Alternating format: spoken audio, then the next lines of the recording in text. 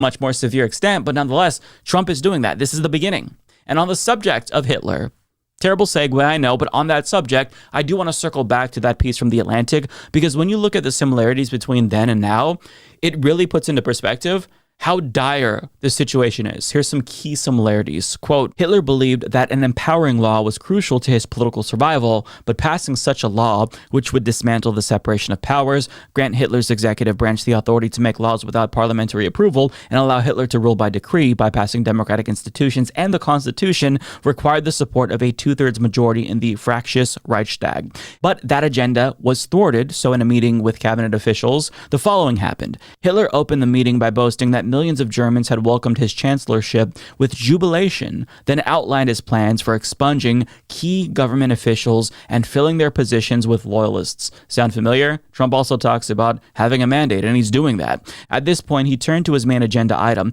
the empowering law that he argued would give him the time, 4 years according to the stipulations laid out in the draft of the law, and the authority necessary to make good on his campaign promises to revive the economy, reduce unemployment, increase military spending, withdraw from international treaty obligations, sound familiar, purge the country of foreigners, sound familiar, he claimed were, quote, poisoning the blood of the nation, and exact revenge on political opponents. Heads will roll in the sand, Hitler had vowed at one rally. Moving on, he wanted to purge communists from government, but he worried about whether or not they would launch a national strike that would cripple the economy, to which he, quote, wondered whether the army could be used to crush any public unrest. But it was ultimately dismissed by his defense minister because he couldn't imagine a situation where Hitler would be able to direct the German military to shoot down protesters in the streets.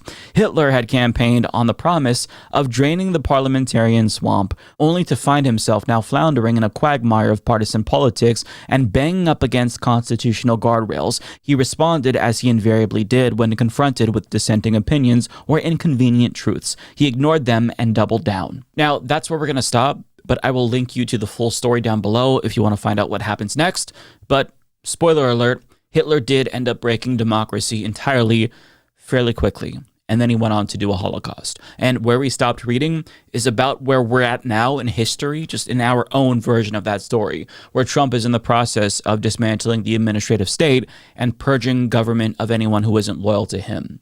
Also, Hitler, like Trump, wanted to conduct mass deportations, and Hitler said that Jewish immigrants were poisoning the blood of the nation, and Trump quoted Hitler on the campaign trail and said that same thing verbatim.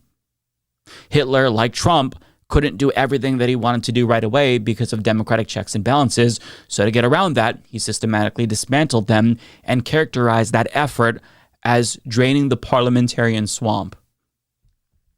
Sound familiar? Hitler also went after political opponents.